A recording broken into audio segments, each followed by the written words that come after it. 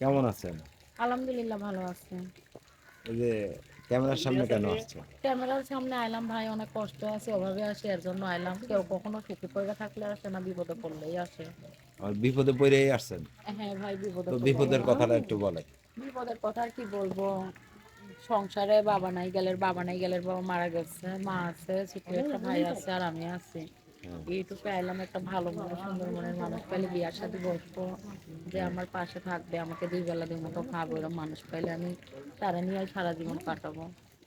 তারা নিয়ে সারা জীবন কাটাবেন? হ্যাঁ, সে যদি দেশীয় হয় তাতেও আপত্তি নাই, প্রবাসীও হইলেও আপত্তি নাই। সে যদি বয়স্ক হয় তাতেও আপত্তি নাই, হুম। বিবাহিত হইলেও আপত্তি নেই, অবিবাহিত হইলেও আপত্তি নাই। আমি একটা জীবন সঙ্গী চাই। আপনি কি সে যদি বিবাহিত? বয়স্ক হয়, বয়স্ক মানুষই আমি বেশি চাই। বয়স্ক বয়স্ক মানুষ? মানুষই আমার কষ্টটা বুঝবে, জোয়ান মানুষের কষ্টটা বোঝে না। এই যে মানুষের এখন বিয়া শাদী হইতাছে না ভাই, আমার কয়েকজন বান্ধবীর বিয়া শাদী হয়েছে, জোয়ান মানুষের কাছে কয়েকদিন পর পরই খালি তালাক হইতাছে। তো বয়স্ক মানুষের কাছে যদি বিয়াটা বসি, তো বয়স্ক মানুষ আমার কষ্টটা বুঝবে, আমার আর তালাক দেবে না।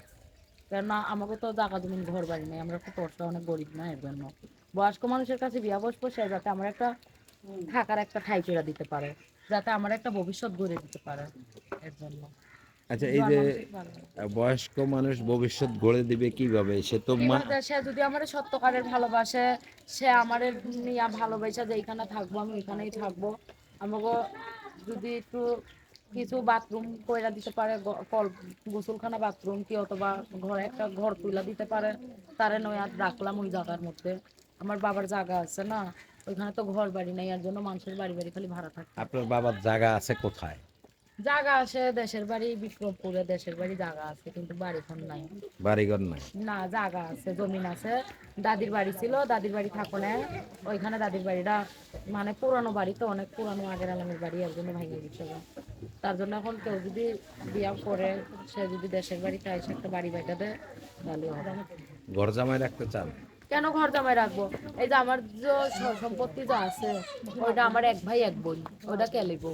দাদার বাড়ির সম্পত্তি পাইছি, নানার বাড়ির পাইছি, নানির বাড়ির পাইছি, দাদির বাড়ির পাইছি, এই সম্পত্তি সব ফোনে যাইবে। তো অনেক সম্পদ আছে। হ্যাঁ, ওই টুকটাক তো যাই এই যে পাইছি। ক্যামেরার সামনে এসে খুঁজতে হবে কেন? ক্যামেরার সামনে এলাম, সে যাতে বাস্তবে আমার জীবন কাহিনীটা জানতে পারে, ক্যামেরার মধ্যেও যাতে জীবন কাহিনীটা জানতে পারে।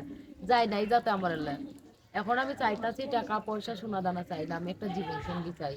আমার তো ট্রান্সফার নাই ভাই, কেউ যদি আমার একটা ট্রান্সফারের ব্যবস্থা করে দিতে পারে, হুম। আর যদি ট্রান্সফার না কিনা দিতে পারে, একটা সেলাই মেশিন কিনা দিতে পারে, তাহলে আমি সেলাই মেশিন চালাইও তার সংসারে খাইতে পারবো।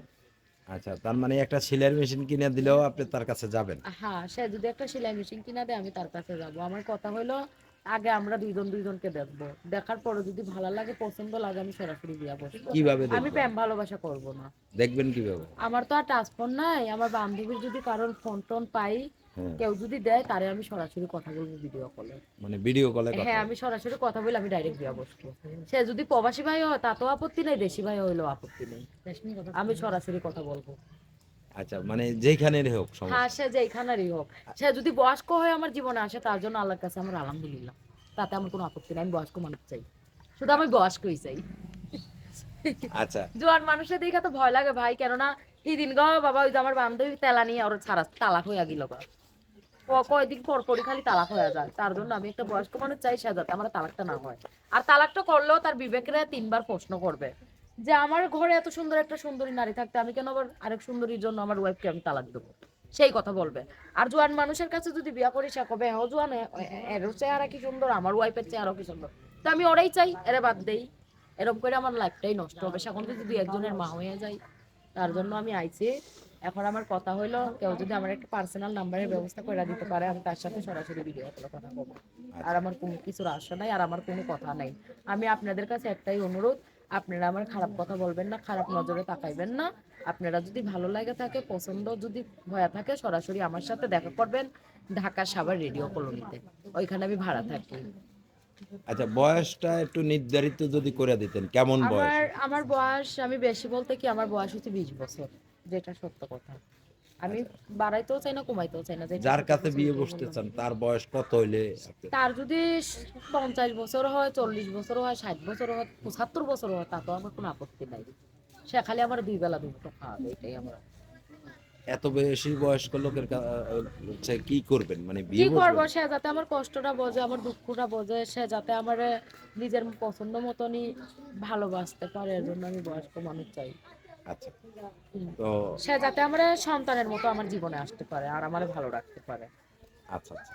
তো যাতে সে মনে করে না আমি তার ওয়াইফ, সে যাতে মনে করে আমি তার বোন, বোনের মতো যাতে সন্তান যেরকম করে পালে ওরকম করে যাতে আমার ভালোবাসা দিতে পারে, আমি তার সাথে খাবো।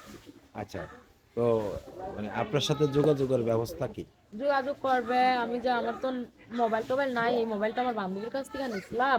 এটা আমার দেশে 3 দিনের সময়, 2-3 দিনের টাইম নিয়ে মোবাইলটা দিছে। 2-3 দিন পরে যদি আমি মনের মতো মানুষ না পাই, সে আমার ফোন দেওয়া যদি না পায়, তাতে আমার কিছু করার নেই।